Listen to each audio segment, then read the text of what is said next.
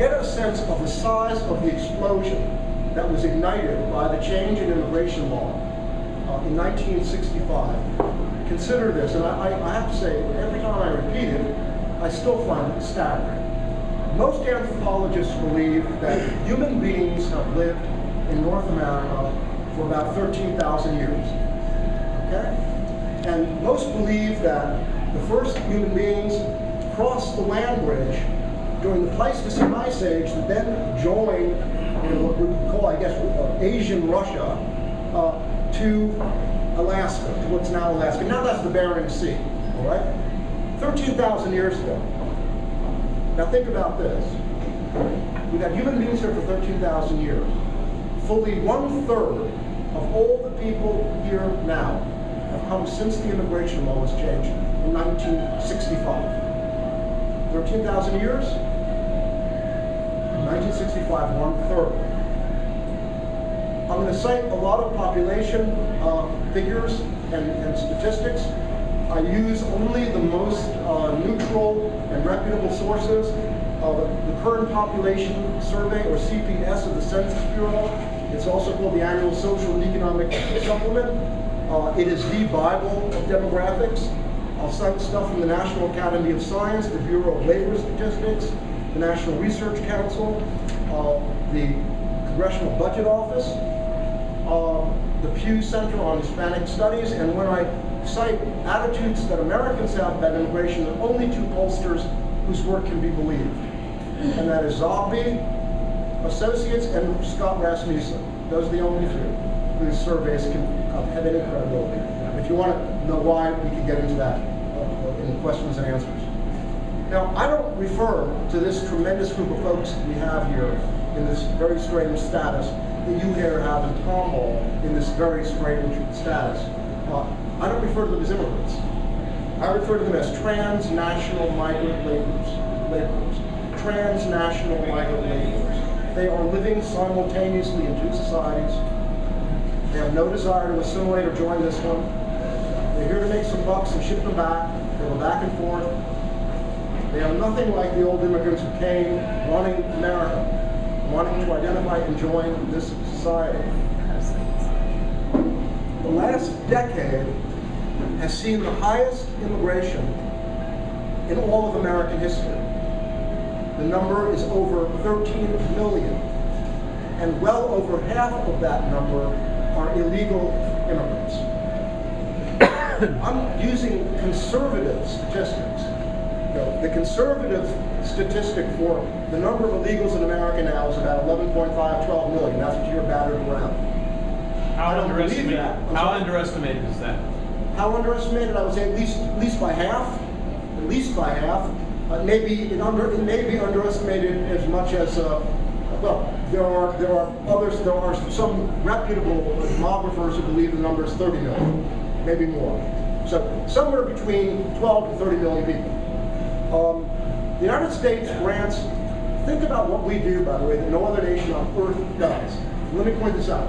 American immigration in a given year is greater than all the other immigration of all the other nations on earth put together. No other country in the world would do what we do. 1 million people come in here legally, and 1 million come in here illegally. That is the equivalent of adding 2 cities the size of Philadelphia every single year. We never did this before. From 1789 until 1965, immigration averaged 250,000. 250,000. The Immigration and Nationality Act in 1965 repealed national origin quotas that gave preferences to Europeans from industrialized countries. Now, you could argue, and I don't have any problem with it, you could say, well, that was biased. That was maybe even racist, and creating a global playing field was a reasonable thing to do. I think, in principle, that's fine. I think in some ways the bill was, there were some good intentions there, but, the road to hell is paved with good intentions. These folks did not consider a great many factors that they should have been thinking about when they put that bill together.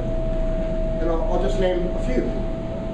They gave no thought that the merit of an individual should count for anything. So individual merit, not a criterion. It didn't rule out unskilled labor. It pretended that there is such a thing as guest workers. Guest workers are like the tooth fairy. Okay? There's no such thing as a guest worker because guest workers never go home. Okay? It didn't set up any enforcement mechanisms. It didn't establish any connections between immigration authorities and local law enforcement. And it made only one thing drive the entire system, and that's extended family reunification, or what we call chain immigration. So the only thing you need to have is one person who came from your family, from some rural village in Mexico, and it's really family nepotism, and that person will keep applying to more and more and more and more people from that one family. That's the only engine. It seems completely insane, does it not? I mean, we talk about the best of the brightest. This is not the system that gets them. This bill is almost the perfect example of the law of unintended consequences. None of the people who backed it believed that it would increase immigration. It wasn't intended to increase immigration. The New York Times, promised us that it wouldn't do it, and it said that anybody who thought such a thing was a racist or a nativist or xenophobe, it's what they say now. If you disagree with them about immigration, you are by definition a bigot. Now, every one of the worst outcomes that opponents of the bill were afraid of have come to pass, and worse than what they imagined. I'm going to give you, I have to quote it because it's just so great. This is a speech that Edward Kennedy made. This was only his third year in the Senate.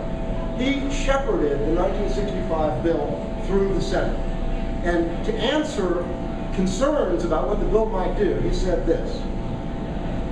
Now think about, where America is now. He said, our cities will not be flooded with 1 million immigrants annually. Under the proposed bill, the level of immigration will remain the same. Secondly, the ethnic mix of this country will not be upset. Contrary to attitudes in some quarters, immigrants will not inundate America from one country or area. In the final analysis, the pattern of immigration will not change the composition of the country as people have claimed, and it will not cause American workers to lose jobs. Well, he was dead wrong on every one of those points, and I'll get into it. Lyndon Johnson wasn't much sharper. When he signed the bill, Lyndon Johnson said the era of great immigration is over. Now this bill was not made, as I said, it was not made to increase immigration. Think about when it was passed, 1965. What had happened just before? Civil Rights Act, 1964.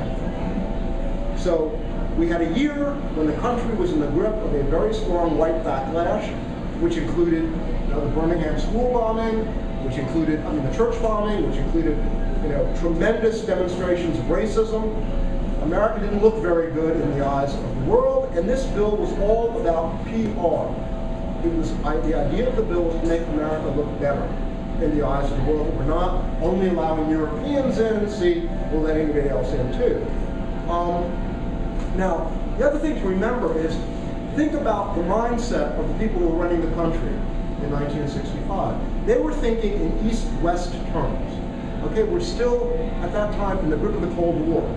So everything was East-West, East-West. Now we tend to think of the world in terms of North-South. First world, third world, developed, undeveloped. That's where we're fighting these days. That's where the great problems are these days.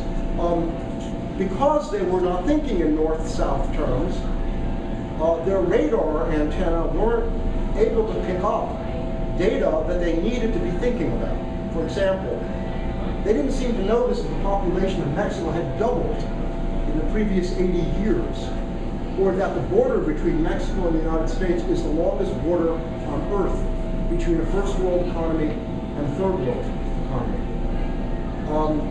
Now, I don't know if the bill made America more lovable in the eyes of the world. To perfectly frank with you, I couldn't care less. But we do know that it turned on a perpetual motion machine, and it turned it on at warp speed. Despite all those denials in the New York Times and by Senator Kennedy, within 3 years, immigration quadrupled. Quadrupled.